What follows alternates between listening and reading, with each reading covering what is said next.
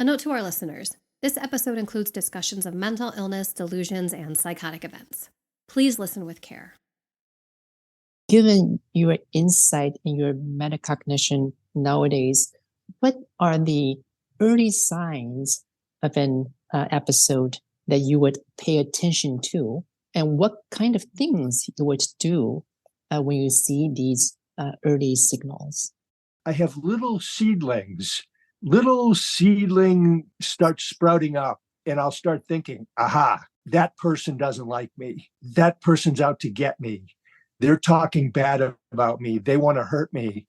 And I'm able now, at the point I'm at with stable brain chemistry, I essentially practice metacognition, and I'll say, okay, Greg, step out of your own head and look at this objectively. Why do you think this is true? Why do you think this person is out to get you? And then I'll quickly be able to reason my way to the fact that not only are they not out to get me, they're probably not thinking about me at all.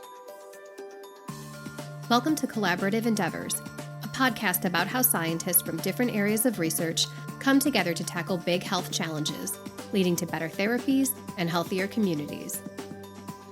This is the second part of our three-part conversation with Major General Greg Martin about his journey through diagnosis with bipolar I and his path toward recovery. His book, Bipolar General, My Forever War with Mental Illness, provides an important glimpse into the thought processes and perceptions of someone living with a bipolar brain. Today we are back on Zoom, this time joined by Dr. Alex Liao, Professor of Psychiatry at UIC. You may recall that Dr. Liao met the General at a conference earlier in the year. It's clear that the two have become friends in the ensuing months and have developed a comfortable rapport, which makes my job as moderator very easy. And a quick aside, because there are three of us on this call and Zoom audio is not the same as being in a recording studio, you may hear some digital distortion from time to time. You'll also hear some laughing because, in spite of the subject matter, the mood is light. We started the conversation with a concept General Martin mentioned in our first episode, metacognition, and the role this plays for those struggling with mental illness or anyone trying to maintain general mental health. Here's Dr. Liao. The way I conceptualize this notion of metacognition or insight is that a person would need to have this ability to more objectively evaluate their version of the reality and compare that version to what other people are actually reporting back to you about what they are observing from a third person perspective. And, as a psychiatrist, I think it's so important the kind of story we tell ourselves, right? Because we all live inside our brain. Greg and I, we had a discussion about what happens when there is a misalignment between what the patient wants and what a provider wants. And I think having that insight is so important because then you can align the two different goals. And it's so important for a person's recovery as far as bipolar is concerned to have that alignment between the individual, the patient, and the provider. As far as metacognition goes, thinking about my own thinking and insight, I had been crippled and terrified by a delusion I had that I was being watched and spied on, and that people were out to get me, arrested, convicted, lose all my military retirement benefits, which would leave Maggie in poverty, get me in jail where I would be, beaten and murdered. And I totally believed that. And the delusion went on for about a year and a half or more, and I couldn't break out of it. And my psychiatrist, as well as my therapist, would say, Greg, you're a smart guy, you're a general, you went to MIT, you surely must know that this is not true, that it's false. Therefore, you should just dismiss it and, let it go and get on with your life. But I couldn't, because it was a delusion, and I fervently believed it was true, even though other people knew it wasn't true. And so the advice I was getting was completely unhelpful. My wife, Maggie, told me a number of times, call the people that you think are in this conspiracy against you, But I wouldn't do it because I was afraid. And I thought that if I call them, it'll hasten and speed up my arrest, conviction, jail time, and murder. And so I wouldn't call them and I wouldn't call them. And then one time, our son, Connor, our youngest son, who also lives with bipolar disorder, he came and visited us at our house. And he saw how miserable and depressed and frightened I was. And he looked me right in the eye and he grabbed my shoulders. And he was only about, a foot away, his face from my face. And he said, "Dad, you are living in hell. You owe it to yourself and everybody else to confront this situation. And either it's true or it's not true. If it's true, you're better off going to jail than you are living in this prison of hell that you're now in.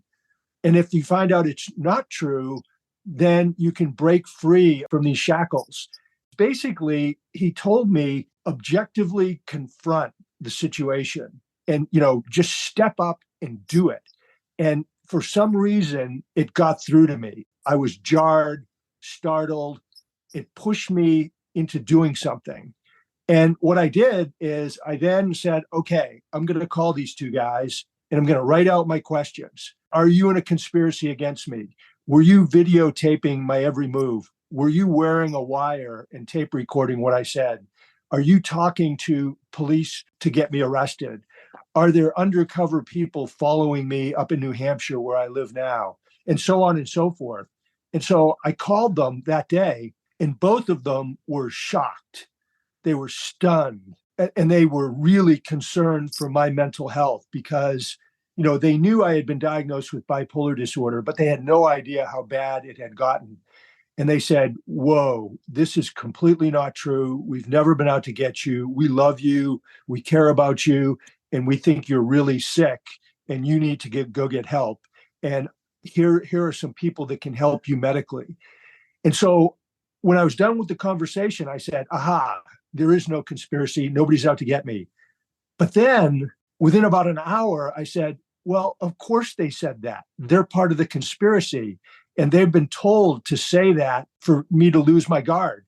I went right back into the depression and the psychosis again.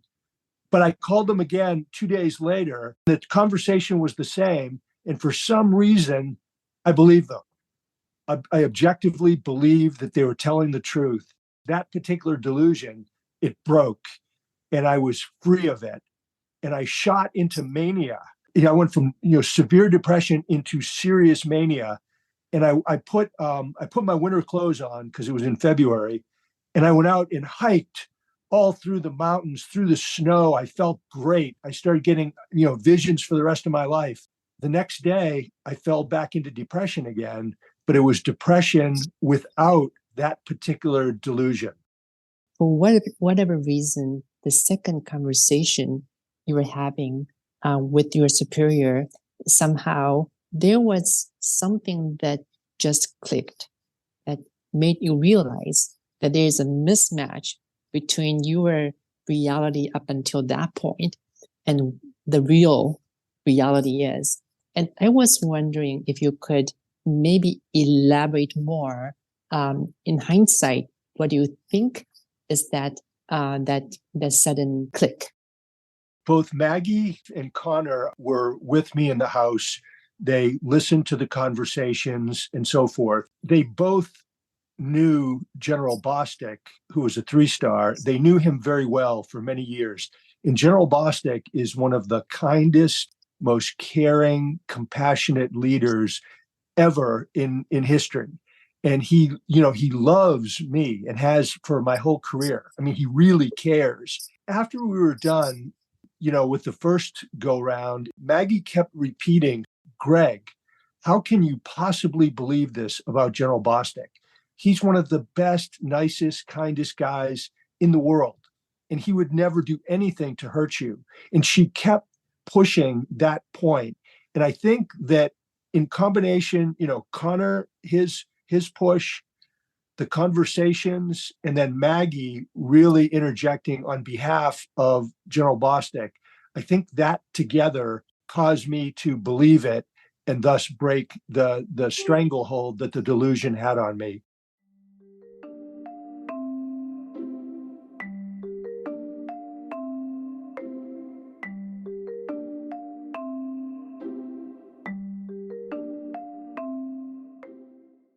And that brings up a very interesting question that I meant to ask you for a while. Given your insight in your metacognition nowadays, what are the early signs of an episode that you would pay attention to? And what kind of things you would do when you see these early signals? When I was in bipolar hell, I had terrible paranoid delusions that people were out to get me. And now that I'm in recovery for 7 years, I haven't had any delusions like that, but I have little seedlings start sprouting up, and I'll start thinking, aha, that person doesn't like me. That person's out to get me. They're talking bad about me. They want to hurt me.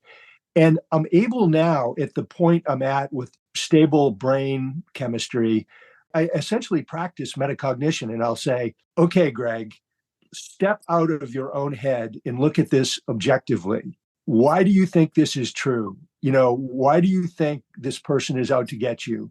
And then I'll quickly be able to reason my way to the fact that not only are they not out to get me, they're probably not thinking about me at all. They're thinking about themselves and their own problems. And so it dissipates and it goes away. The other thing is, on the other side of the spectrum, if I feel myself going up into hypomania, what I'm able to do talking to Maggie is say, okay, I'm having too much fun. I need to back off the fun a little bit and, maybe not do karaoke, for a while, maybe do a little less dancing and sort of back it off a little bit. And then the hypomania will subside and I'll be steady again for a while. But I haven't been getting that hypomanic injection lately. It hasn't happened for quite a while. It's kind of leveled off. It's not a thrill like it was a few years ago.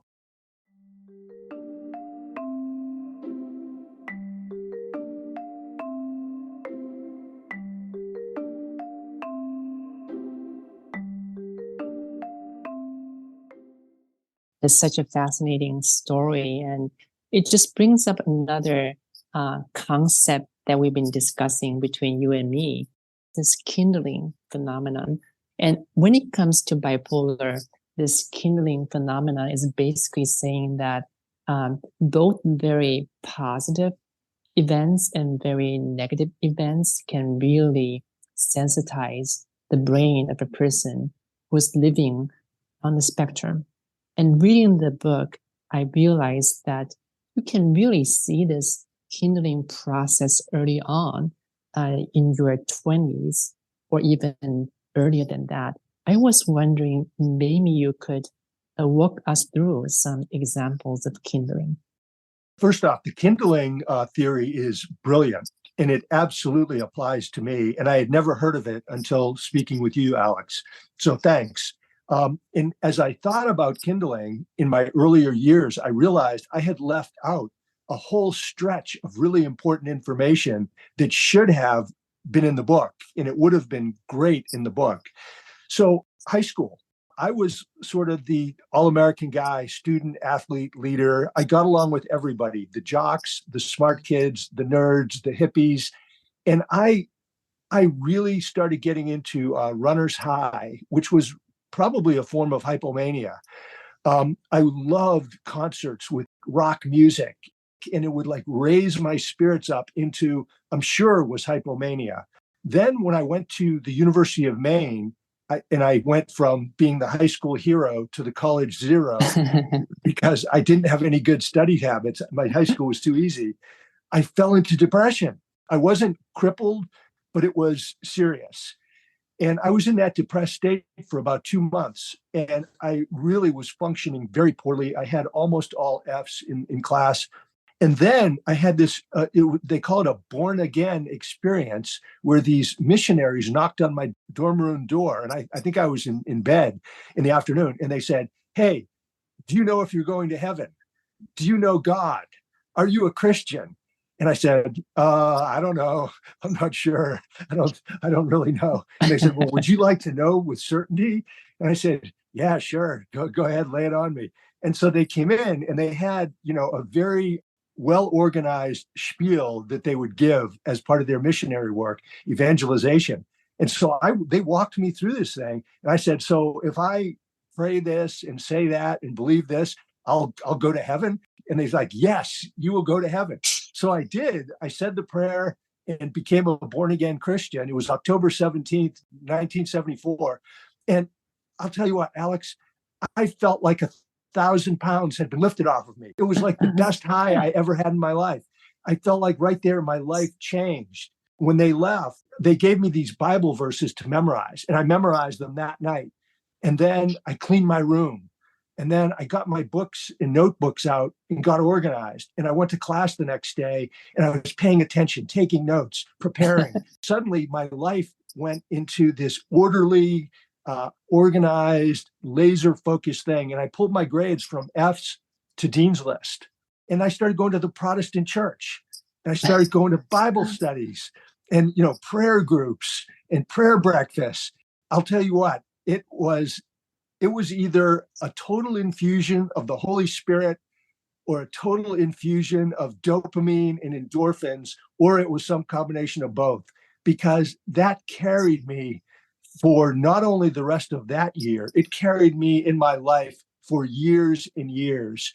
And those Bible verses I memorized, I was reciting those when we were in the Iraq War, decades later. And I'll just tell you another one. When we graduated from West Point, we went to Fort Belvoir, Virginia, right outside of Washington, D.C. I had a bunch of friends, and we would, after class would get over at, say, 5 o'clock, and we would work out like you wouldn't believe, run 10, 12 miles, do tons of push-ups, pull-ups, lift weights, swim. And then we would have a communal dinner, about a half a dozen guys. Somebody would cook. We'd all eat. Then we would go into Washington, D.C. and party. We would basically party and dance and sing and drink until all the clubs closed, until everything was closed. And then we would drive back to Fort Belvoir and we would stop and have breakfast at a Howard Johnson's along the way. And then we would show back up at the fort just about on time to go do PT early in the morning at 6 a.m. And we did that night after night, week after week, month after month. And, these were, hypomanic experiences, if not manic. And I could go on, but you get the idea. But I think that the kindling effect, it started little, probably in high school. The little twigs turn into bigger twigs, into little sticks, bigger sticks, little logs. And it just continued. Fast forward to 2014, it was humongous logs thrown on and we had a raging bonfire. But it didn't happen all at once.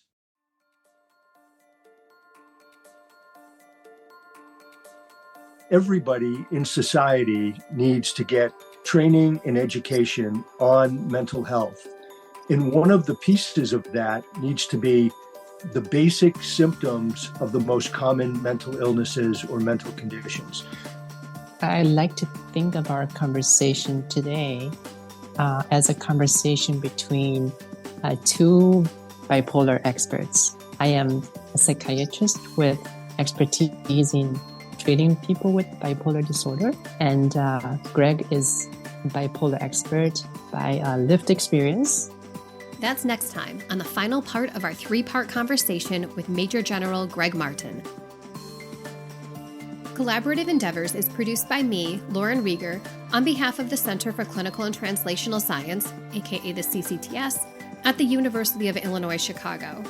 To learn more about Dr. Alex Liao, Major General Greg Martin, and his book Bipolar General, My Forever War with Mental Illness, visit the links in our show notes.